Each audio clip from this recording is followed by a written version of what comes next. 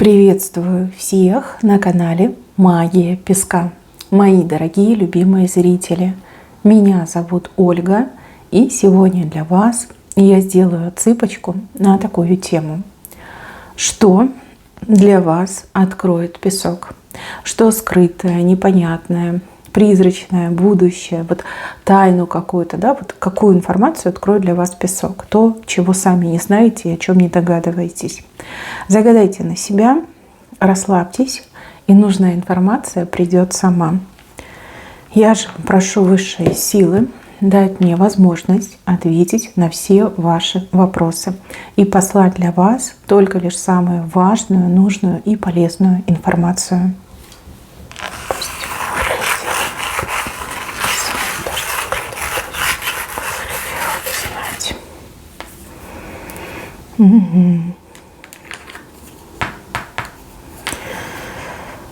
Ну что, мои хорошие, тут у вас глаза должны открыться на себя самого, либо на себя саму. То есть буквально вы должны на себя посмотреть в зеркало, но без искажения. Почему-то у вас как-то заблюрено, да, вот отражение идет заблюрено. Вы не все про себя видите, не все про себя знаете. Песок говорит о том, что вы чем-то очень сильно отличаетесь от тех людей, которые вас окружают. Какая-то индивидуальность, уникальность. Какой-то, знаете, вы как феномен мне идете. Феномен, феноменальность, да, в вас, в вашем таланте, в вашей внешности. Что-то есть, чего у других нет. И вот главный ваш вопрос, да, почему люди так плохо к вам относятся, либо почему люди так сильно вам завидуют, почему вот, так много людей интересуются вашей жизнью. Это в том, что вы феномен. Вот вам ответ. Какой-то особый талант, особые способности. Выглядите вы не так, как другие. Да? Вот молодая, красивая, стильная, аккуратная, изящная, спортивная. Мужчина, просто переворачивайте на себя. У кого-то действительно есть незаурядные способности, знания, способности, техники, умения, мастерство. То есть вы не такая, не такой, как все другие люди. Но почему-то на себя, когда смотрите в зеркало, вы видите все заблюренным. То есть сами себе, что ли, не верите, либо не хотите отметить, что вы особенный человек. Вот явно показывают мне человека, который четко видит будущее, который может предсказать, либо аналитически просчитать будущее, да? Но вы почему-то себе не верите, но каким-то лжеэкспертам, да, вы верите. То есть, допустим, да, вот вы пришли на онлайн-гадание, вы сами можете гадать, да и вам и гадать не надо, вы будущее видите, насквозь видите, все видите, и близко, и далеко видите. Да? Спросите себя, спросите свое внутреннее «я», спросите свое подсознание, информация сразу придет. Мне вот идет, что вы любой гадалке фору дадите. Да, еще гадалкам нужно у вас учиться. Вот, мои хорошие, а вы почему-то себе не верите. То же самое, да, вот по работе, например. Вы настолько свою работу знаете, там, с закрытыми глазами, там, одним пальцем можете делать. Конечно, утрирую, но вот вы поняли посыл. Но при этом вам кажется, что есть какие-то более крутые люди, более знающие, умеющие. От того, что немного о себе говорят, это не значит, что они умные, либо более профессиональные. А от того, что вы так скромничаете и даже не хотите признать свой талант, от этого только вам хуже. То есть вам завидуют, потому что вы крутая, вы крутой, вы не такой, как все. Да? Уникальность есть. А вы этого не замечаете. И еще я вижу, что вы сами принижаете свои возможности и на то, что вы можете рассчитывать. Допустим, человек вашей квалификации, вашего мастерства, вашего таланта должен зарабатывать гораздо больше. А вы, например, говорите: ой, нет, там зарплата высокая, ой, нет, там должность высокая, ой, точно меня не возьмут, ой, точно не пойду. Да? То есть сами себя лишаете тех возможностей, которые вам судьбою данные. Хватит себя бояться, хватит себя стесняться и хватит себя принижать. Вы рождены для того, чтобы носить корону. Вы с короной рождены, что тут говорить, она как часть вас. А то, что вы этого стесняетесь, это плохо. Это плохо, так нельзя, так не должно продолжаться. То есть на эту отсыпку пришли уникальные люди, люди-феномены, которые сами не хотят для себя это признавать. Это не про бахвальство, это не про хвастовство, это не про эгоизм либо высокую самооценку. Это данность, это реальность, это факт вашей жизни, вашего характера, вашего таланта и того, кем вы есть на самом деле. Чем быстрее вы это признаете, тем больше возможностей будут не упущены вами, и тем быстрее вы улучшите свою жизнь. Буквально ваше будущее в ваших руках. Хватит себя стесняться, выходите из тени, поправляйте, надевайте корону, да, и идите гордо, расправив плечи. Вот. Все равно сплетничают, понимаете? Все равно сплетничают. Все равно есть те, кто злобствует против вас. Все равно есть те, кто постоянно вот пытается вас как-то опорочить, да. Все равно они есть. От того, что вы еще и в тень прячетесь, их меньше не станет. Наоборот, чем ярче вы будете себя показывать по жизни, тем поскорее они заткнутся, эти все недоброжелатели, завистники, сплетники.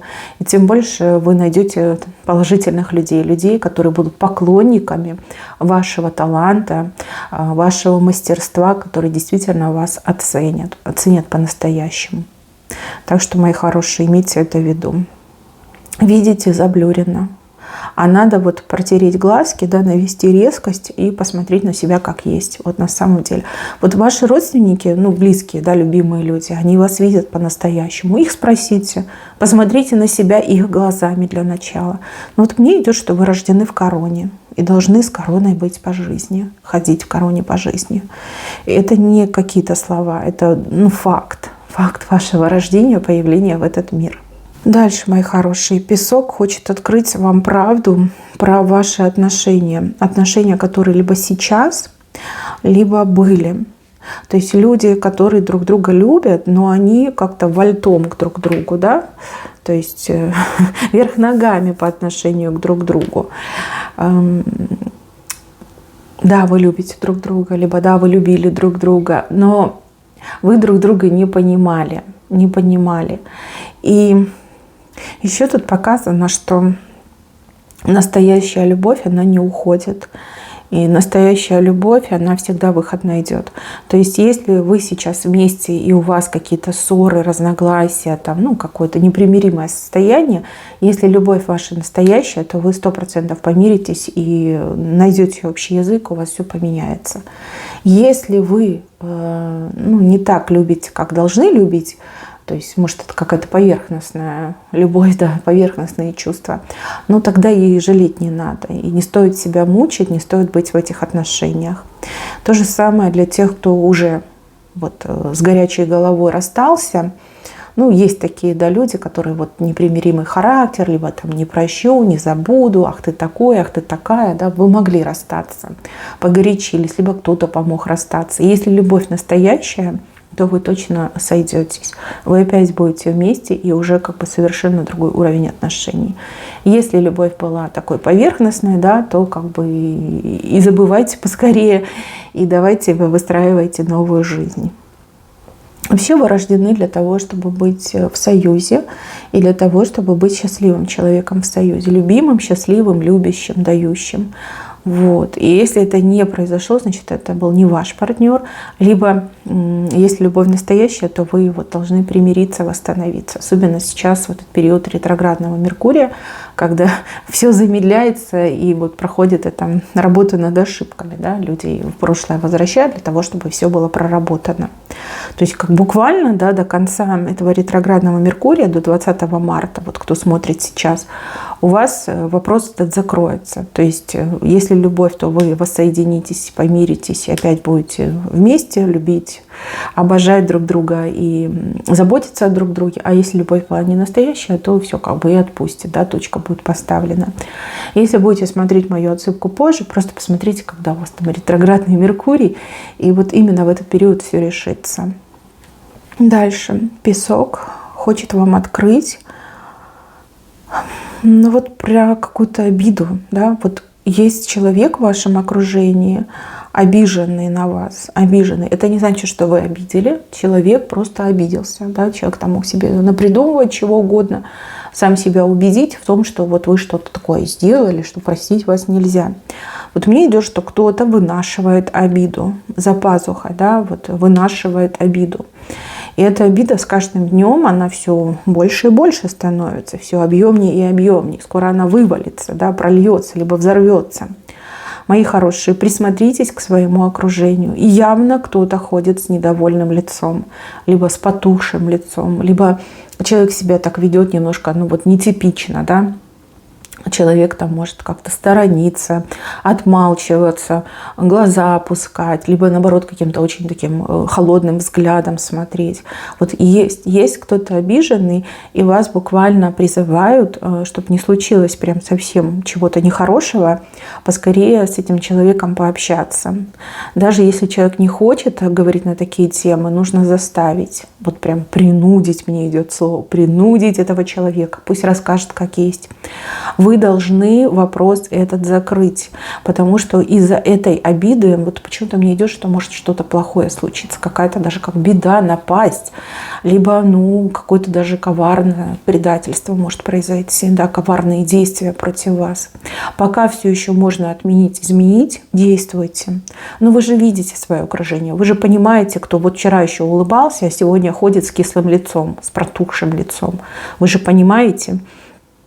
Человек не хочет общаться, человек никак не хочет взаимодействовать. Явно обиделся человек. Это может быть и мужчина, и женщина.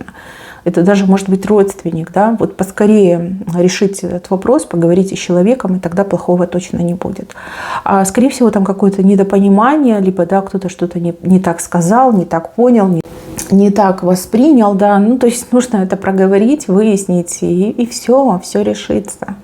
Не допускайте обид. Это плохо. Это плохо, и это плохо может отразиться в будущем. Плохим чем-то, да, обрушиться на вашу жизнь. А вы ждать не будете, да, потому что вам в голову не приходит, что человек на вас обиделся. Так, еще.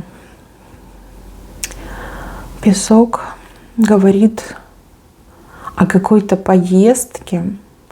Поездка по необходимости у кого-то идет, да, вот деваться некуда, надо ехать.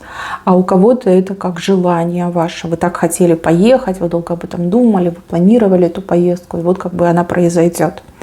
Почему-то про документы показывают. Документы и сложности с документами. То есть проверяйте, все ли документы в наличии, все ли правильно оформлено, есть ли у вас там визы, что с билетами, что то, что все. Как бы, да, вот нужно как-то вам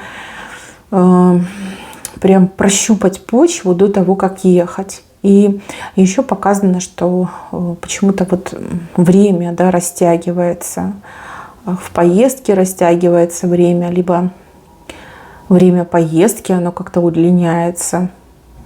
В общем, мои хорошие, надо как-то вам держать руку на пульсе. Какие-то могут быть сюрпризы с пропускным режимом, с документами, с билетами, как овербукинг может, не дай бог, быть. Либо, не знаю, там на одно место 2 билета почему-то сделали. Да? Какие-то такие моменты, как сложности в пути, в дороге. Сложности, которые здоровья не добавят, а нервы прям конкретно могут потрепать. Но если вы заранее там проверите, перепроверите, подстрахуетесь, вот будет гораздо легче, будет гораздо проще. Да. И да, проверьте свои документы. Может, у вас там просрочился сам по себе документ, либо что-то нужно обновить. У вас еще есть время. Действуйте уже сейчас. Так, дальше. Вот здесь показывают странную сценку, когда лесть идет, да, кто-то вам чрезмерно льстит. Там человек все время вами восхищается, охает, ахает, знаете, вот как кошка об ноги трется. Человек это делает с намерением, у человека намерение шкурное. Человек хочет подлизаться к вам, а потом вами воспользоваться, либо что-то обязать вас делать. Допустим, да, человек там чего-то не хочет делать, либо не умеет. Человек думает, вот сейчас я ей там втирусь в доверие, либо к нему втирусь в доверие, и потом попрошу. Человек уже мне не откажет, потому что мы друзья, мы постоянно общаемся. Вот. Будьте бдительны, чтобы не тянуть чужую лямку, да, чтобы не быть использованным, да, нехорошее слово, но вот почему-то идет из потока именно такое. Лучше пресекать, да, вообще, когда человек льстит, уже что-то не то, уже должно настораживать.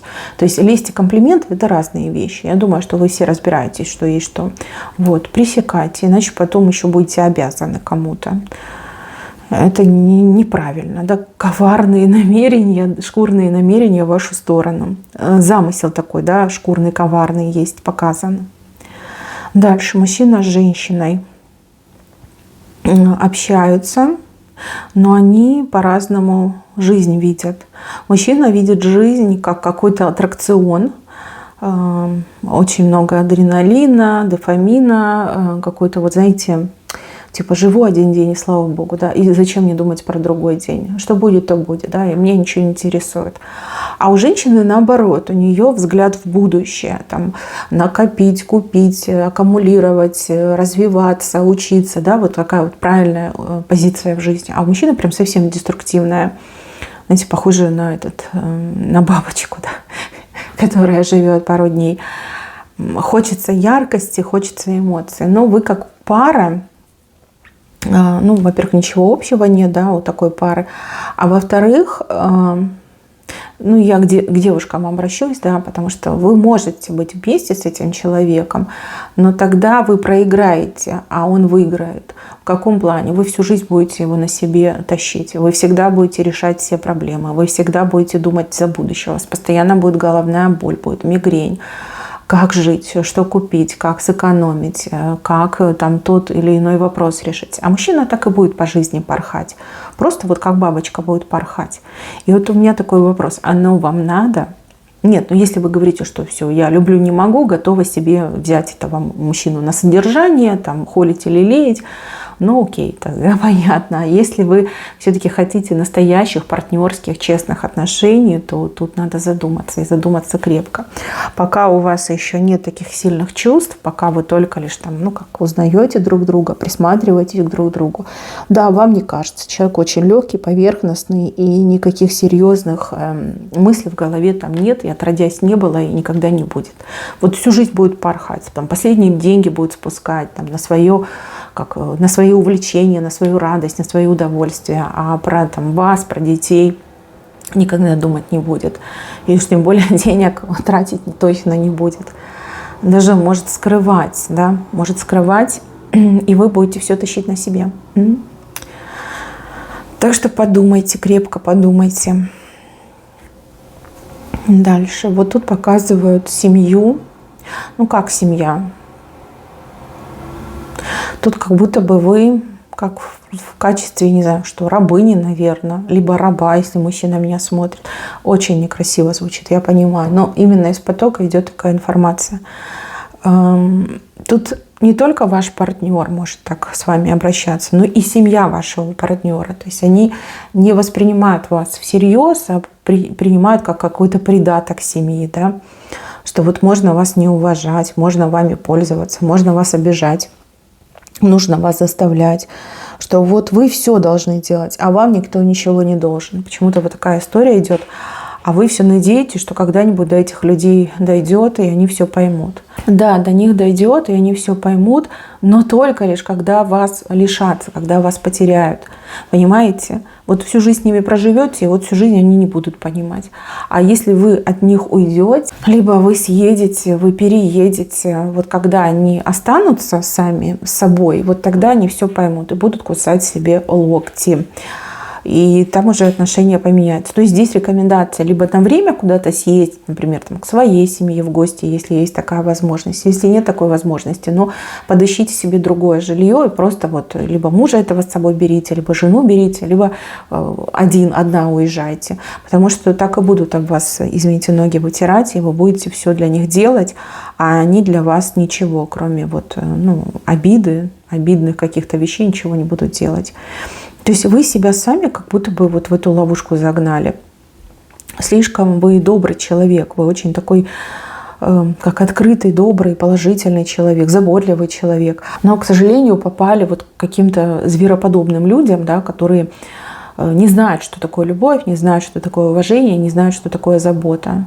Вот думают только желудком, мне вообще идет, да. Потребители, вот, они настоящие потребители, но никак не люди. Может быть, да, они и не виноваты в этом, может, они в такой культуре выросли, либо для них это норма в их обществе, да, вот как они там с детства росли там в своих семьях. Но это неправильно, и вы этого не заслуживаете. Вы слишком ценный человек, чтобы себя вот так на потребу этим людям отдавать, чтобы полностью там все для них делать. Как в рабстве, вот честное слово, надо как-то решать этот вопрос. И чем раньше, тем лучше, потому что я вижу, что у вас уже и глаз дергается, и иногда прям такое вот, как приливы какие-то, да, нервная система не выдерживает. Вот внахлёст идут эмоции, да, и такие эмоции прям очень нехорошие. Я вижу, что страдаете. Надо уходить из этого страдания. Они вас удержать не смогут. А вот когда они вас потеряют, тогда все поймут про вас. И да, это может исправить отношения между вами. То есть если вы будете жить раздельно, либо хотя бы на какое-то время разъедетесь, они уже будут более уважительно к вам относиться, будут бояться вас потерять. Ну и отношения, конечно, улучшатся. Так, еще. Вот показано, что выйти замуж для женщины, да, вот как выйти. Я вас вижу в свадебном платье, я вас вижу с улыбкой на лице, вот как замуж будете выходить.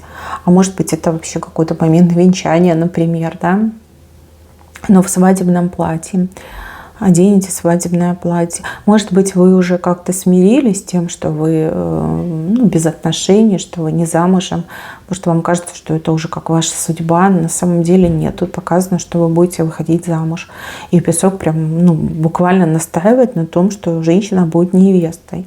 Опять же, неважно, сколько вам лет, вы можете быть и молодой женщиной, а может быть и более как взрослой, да, но вот показано, что в подвенечном платье вы будете одеты, да, вы оденете на себя, не просто оденете, вы замуж выйдете в подвенечном платье, вот так показано. Но это как часть вашего будущего, причем обязательная часть, то есть как на роду вам написано.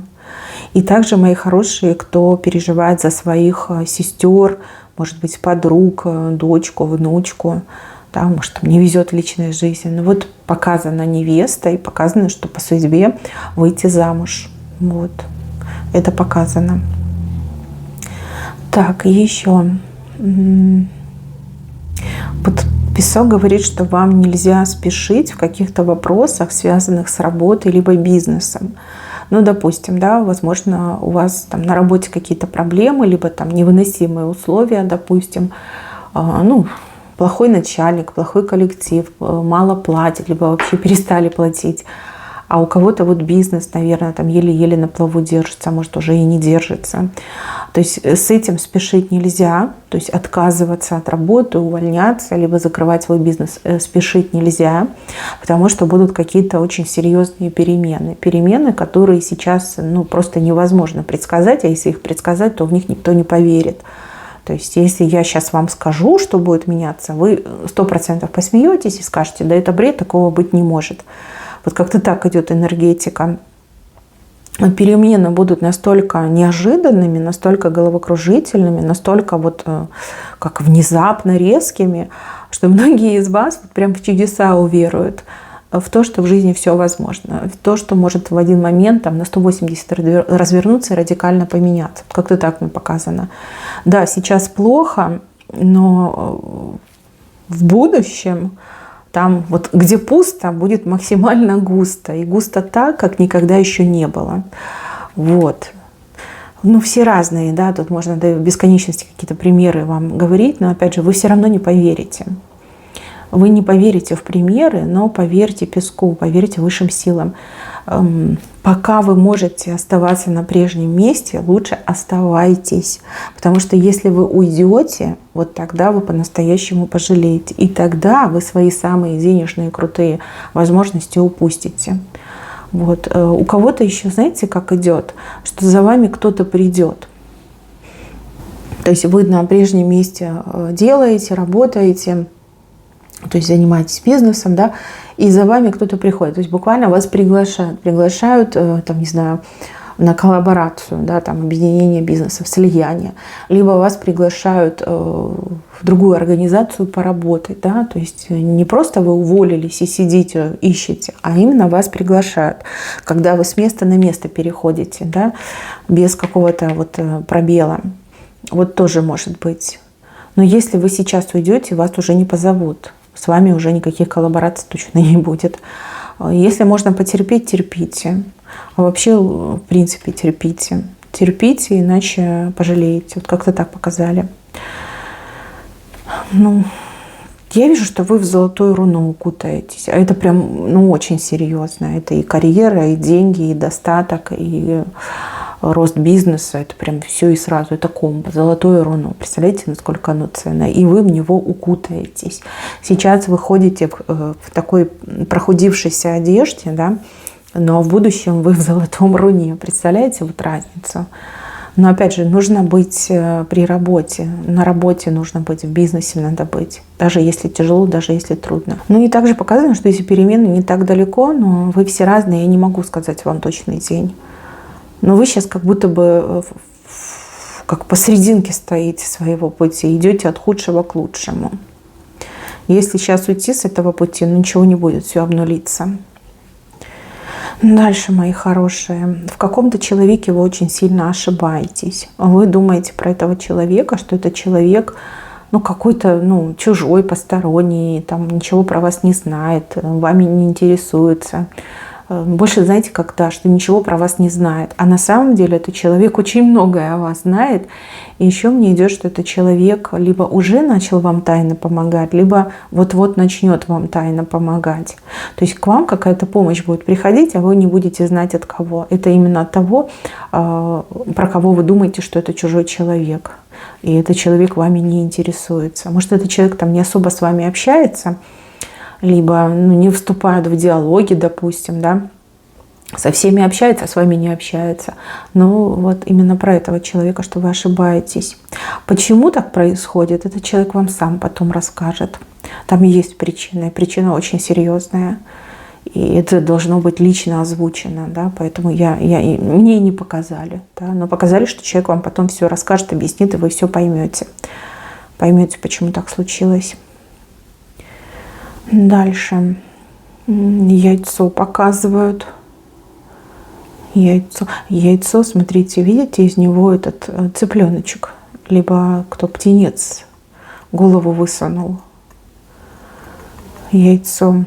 То, чем долго занимались, либо, ну, может, какое-то хобби ваше, увлечение ваше, цыпленочек будет, либо птенец. Результат. Не напрасно все было. Хотя у вас иногда такие желания все вот оставить, бросить, да, потому что яйцо все не проклевывается и не проклевывается. И непонятно вообще, есть ли там что в этом яйце. Есть. Там есть птенец, и он просто ждет своего часа. Как созревает, да, формируется. Проклюнется, 100% проклюнется. И, кстати, проклюнется в самый неожиданный момент.